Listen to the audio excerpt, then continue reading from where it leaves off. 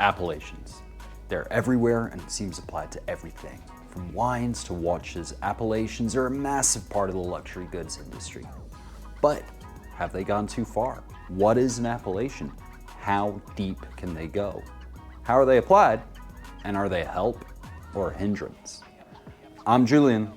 Welcome to Barademy.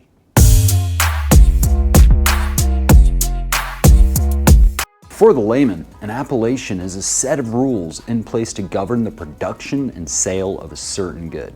Most often, these are put into place by governments and, at face value, are there to protect whatever industry it is. Without a doubt, the most famous appellation out there is champagne. What most people know is that the regulations restrict production to a handful of grapes grown within a certain region of France and also put into place a handful of rules about just how to make the stuff. In reality, there's a hell of a lot more going on. The earliest mention pops up in the Bible. The wines of Samaria, Carmel, Jezreel, and Helbon, known today as Palestine and Israel. The first protected vineyard zone is Italy's Chianti in Tuscany, established in 1716, while Hungarian Tokaj in 1730 got the world's first official wine classification system. Now, because I'm not some legalese robot, like most of us, I use the word appellation to refer to any and all the rules set into place by governments that restrict the where and how and making of a lot of these goods. So, why have appellations? The initial reasons behind them are to protect industries and protect jobs. Damn, I sound like a politician. It will create more jobs for construction workers, more jobs for teachers. How does an appellation do that? Well, if someone happens to be making a great wine, cheese, oil, vinegar, whatever, it should start to get a reputation to go with that product. As word spreads, demand's gonna rise and more people are gonna want in on the action. Next thing you know, everyone everywhere is making whatever the hell they want, labeling it and marketing in the same way as the original stuff and killing the market. This is where the simplest form of appellation, a protected geographical indication, comes in. Without actually coming from a certain area, it can't be labeled and sold as such. PGIs are called a lot of different things in a lot of different places, but the same logic applies. It's kind of like gang territory beef, but with cheese and wine. What's up now, you pretty punk chick? Yeah. Hey, what's up? We got a problem, Toothpick? I said, do we have a problem? Oh, we got a problem, boy. Right here. Here's your right there. Right there. All right. Yeah. All right. Play a little game. Right here. I said, do we have a problem? Huh? Oh, USR. Now you better get your... The summons we spoke about before stop getting undercut and consumers will have some sort of guarantee. Simple, we've solved the problem. Well, not really. The more you sell, the more money you make, right? I want more money, you want more money, everyone wants more money. Okay, bar a few weird ones, but we don't care about them. So our producer of whatever product has their PGI, so they got the keys to the kingdom. Time to make more product. Are they gonna acquire more land, more equipment, pay more people, and invest a whole bunch of time and effort into ensuring that every teeny tiny bump in production maintains the exact same quality standard? If you thought the answer was yes, bless your heart. Of course they're not. And we can't blame someone for that, that's just common sense. Increase output without increasing costs, more money to buy stuff. So we start jacking up production without any control. Quality standards are all the hell over the place. And before we know it, that good reputation is now in tatters. And pretty quick, no one's gonna make a damn. In steps the government. And we start adding rules about quality. Now these rules can be pretty simple. Maybe making sure that there's no methanol in a spirit, or they can be absolutely bonkers. But at least, now that appellation means a minimum quality as opposed to just an address. Anyone who's been to Times Square can attest that a fancy address kinda means nothing without some beef behind it. Now we get to something that's maybe a bit contentious. Our PGI, PDO, whatever it may be, is protecting the consumers of whatever product from both the competition and themselves. But they'll be damned if they're going to be making the same amount of money. Time to figure out how to up production while keeping the quality the same. Depending on the industry, there are a hell of a lot of ways to do this. But increasing efficiency in an industry is almost always going to mean a huge change to the nature of jobs in that industry. This is played out in the news for us every day. Today, it's AI and EVs that are going to land millions of people in the unemployment line. Took our jobs! They took your jobs! They took your jobs! Took your jobs! That's also not to mention that in the face of automation or whatever new process, certain processes might become obsolete. Cooperage is one of those. We've been aging spirits and wines in barrels of varying sizes for donkey's years. Modern technology allows us to do this a hell of a lot more efficiently without any loss of quality and while still using the same stuff, charred wood, just in a controllable way. Appellations, a lot of the time, also serve to restrict the volume of production of whatever good. Why? Economics. The relationship between supply, demand, and pricing is pretty simple. Lower supply of something and high demand, thanks to a good reputation, makes for higher prices. And of course, that price is worth it, right? Finally, appellations help to address a huge concern for a huge amount of products all over the world. Piracy. Now, not Johnny Depp. Counterfeiting. Faking, whatever. Of course, appellations can't apply to every industry or every product, but they give governments more ability to track down and punish people pumping out fakes. A favorite example of mine has to be, as recently as 2017, the Italian police busted a multi-billion-dollar scheme by the Calabrian mafia that was shipping fake olive oil to the US.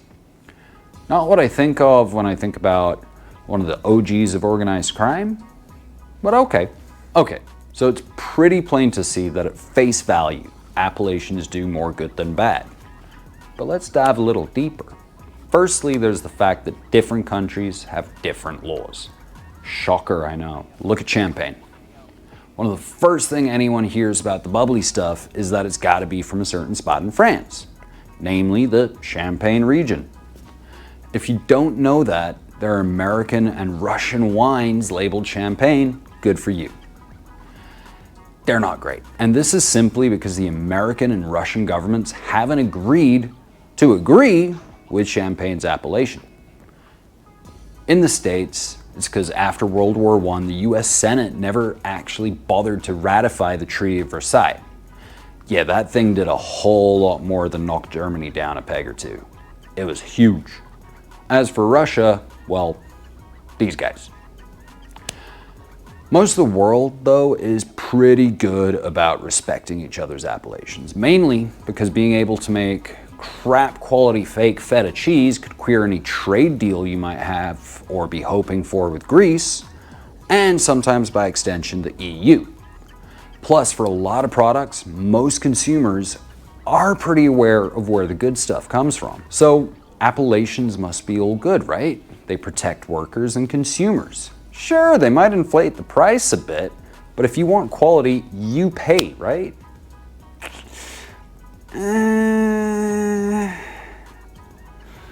Look, a huge thing that an appellation protects is reputation. Completely falsely. Being able to say that the production of whatever has a whole bunch of laws around it and no one else is allowed to make it, it's going to pump up the marketability of something just so intensely. Now, I might sound like I'm trashing champagne, and that's because I am. I love bubbly wine, but there's no way in hell I'm going to pay champagne prices. The French government is probably going to send someone after me, but champagne is the biggest ripoff in the world after anything Gwyneth Paltrow sells. Champagnes constantly underperform against sparklings from other parts of the world, even Britain. It's on a pedestal, it's so damned high, it's untouchable. Hell, I've sold $100,000 jarros of champagne to people in clubs. If I'd recommended anything else, I would have fired myself. Yeah, buddy, how about instead of that big old Dom Perignon, let me get you some Cremant? No. We see this repeat itself over and over, leading to massively inflated prices for products that, on a good day, have equivalents from other places that are just as good. Look at Cuban cigars, Japanese Wagyu, Scotch whiskey, Bordeaux wines. All of these trade on reputation, while all over the world, producers of great stuff struggle. Now, what about those production methods? Well, that's pretty simple. If no one's regulating how it's made, it could be any quality, right? Well, yes and no. We do want a regulation in place, making sure that no one is selling us pirated or poisonous stuff. But what about when they go too far? What about when they stop quality from getting better? Or what about when they just stop any and all innovation? I mentioned barrels before. Modern technology means that we can age, using wood chips, in a closed environment that'll be free from contamination or losses. Better for everyone. Well, not coopers, barrel makers to the rest of us. Not the timber industry, as it's a more efficient use of wood.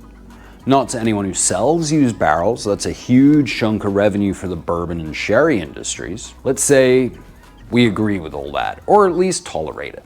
What happens tomorrow? Things change after all. Well, as we know, nothing changes slower than bureaucracy, and that's a huge problem. Historically, this hasn't meant too much, but in today's world, it's causing problems. Bordeaux added new grape varietals that could take heat in 2021. After only a good decade of grape farmers basically screaming that they were in trouble.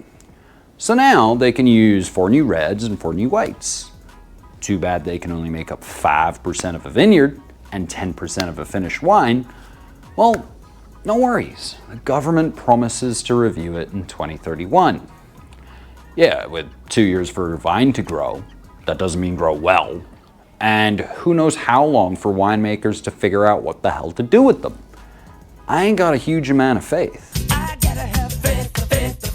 Any consumer is going to feel a certain way about an industry deliberately hamstringing production in order to keep prices higher. But at the same time, we should be understanding that it's in order to protect an industry and to make sure that people keep their jobs. Kinda. The ways that different appellations restrict supply vary, but probably the most ridiculous hits us from the wine world. A lot of appellations put a production cap per acre vineyard. A lot of the time this is enforced once wine is made. On a good day, producers might be able to sell it to producers of vinegar or someone who's going to bottle it outside of appellation. What happens a lot of the time instead, though, is that it just gets destroyed. Just this year, the French government destroyed a cool $250 million worth of vino that was ready to bottle. On top of that, they're spending $60-something million on ripping up vineyards in Bordeaux to reduce production. Because God forbid, the wine has to compete on actual merit. What a rip. The same situation is on repeat throughout Europe. Over in Mexico, the tequila appellation does things a little differently.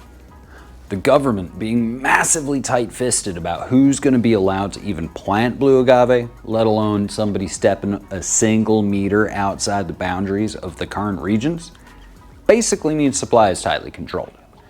If things aren't considered in the long term, we're going to see more problems. This really is the case with tequila. Producers just can't make enough, and prices, especially the premium stuff, have exploded.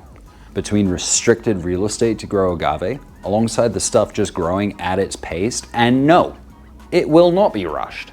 Rude. Tequila companies are stuck making really tough decisions about how much to allocate to what market. From 2020 to 2021 in Dubai, it was basically a gamble for every bar and restaurant if what they ordered would arrive. Suppliers couldn't help us. They had nothing to help us with. Well, it's not as if a cocktail of their house tequila made up 11% of top line revenue. That was not a fun year, for more reasons than one. Tequila is on track to be a modern day Mexican Icarus. Unless regulations get a little looser, the category as a whole is going to decline. drinkers will find something else and trends will change.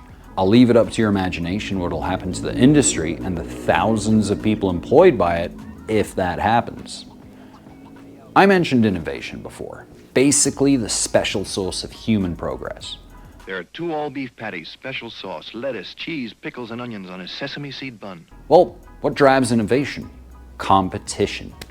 Without a need to stay at the front of the pack, why should a company invest time and money into innovation? Appellation structures don't completely kill competition, but they sure do a good job of beating it to within an inch of its life. The reason for all that wine getting destroyed I mentioned? Wine prices have dropped and winemakers can't cut a profit. I want to sympathize, I really do, but I just can't. Western European winemaking culture is generally kind of like that old, kind of racist white dude who grumbles about immigrants and how things should be the way they used to be. Winemaking, remember those new grapes in Bordeaux? And wine marketing in so much of Europe hasn't really changed at all since the end of World War I. Yet at the same time, when what little wine young people are buying is getting bit into by modern brands who do exciting fun things with their wines, their labels, and their brand culture, because they're not restricted by some ham-fisted appellation, you best believe it's everyone else's fault. Young drinkers prefer the more diverse drinking experience and accessibility offered by modern beer, spirits, cocktails, and as much as I hate to say it, seltzers. Ain't no laws when you're drinking claws, baby. It's not because traditional wine or scotch or cognac is dated, overpriced, and becoming irrelevant. No, it's because they're being undercut by shady foreign producers. I swear, sometimes winemakers sound like QAnon. So, why aren't these winemakers pulling thumbs out of bums and modernizing alongside pressuring the government to loosen up a bit? Well, because they're human. Remember, to develop, innovate, change, and stay relevant takes money, time, and effort. It's a hell of a lot easier to do the same thing you've always done with a good bit of complaining while you wait for the government to pick up the pieces. On top of all that, be it wine, whiskey, or anything else, the way it's always been done has been ingrained into the work and consumer culture around whatever product since the times when these appellations were at the cutting edge of progress. Look, to be honest, we need appellations. They are in their own way a good thing. I've tried Russian champagne. It sucks and it needs to stay in Russia. Plus, there's nothing good that comes from an industry having absolutely no regulation. However, they really have gone too far. Appellations no longer put producers and consumers first. We don't benefit from innovation and competition, and we get stuck paying prices that are frankly absurd. There is movement in parts of the world regarding looking at the whole system again, but who knows how long that'll take, let alone if it'll actually result in anything. Appellations are something we're stuck with. But there is a way you can get your money's worth and at the same time be a part of the solution. Vote with your wallet. It's a pretty simple thing to do. Best single malts I've had in the past 10 years, my top 3 are Taiwanese and Indian. You really like a good Bordeaux? Have yourself a looky-loo at what winemakers are doing with Bordeaux blends in South Africa and Chile. Sparkling wine, ooh buddy. Basically aim for anything that's not champagne or Prosecco and not meant to be super entry level. And thank me later. The possibilities are endless.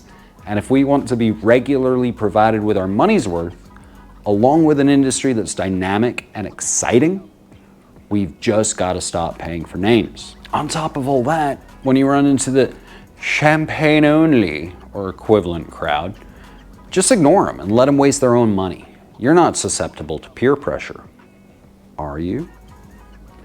Look, that'll do us for now. Make sure you hit those like and subscribe buttons so we can continue to make content. If you're looking to start a career in the bar world, or you're a bartender looking to develop the skills you'll need to start running bars, check out our range of courses that'll link below. Thanks for watching. I hope you enjoyed this. I'll see you in the next one. Cheers.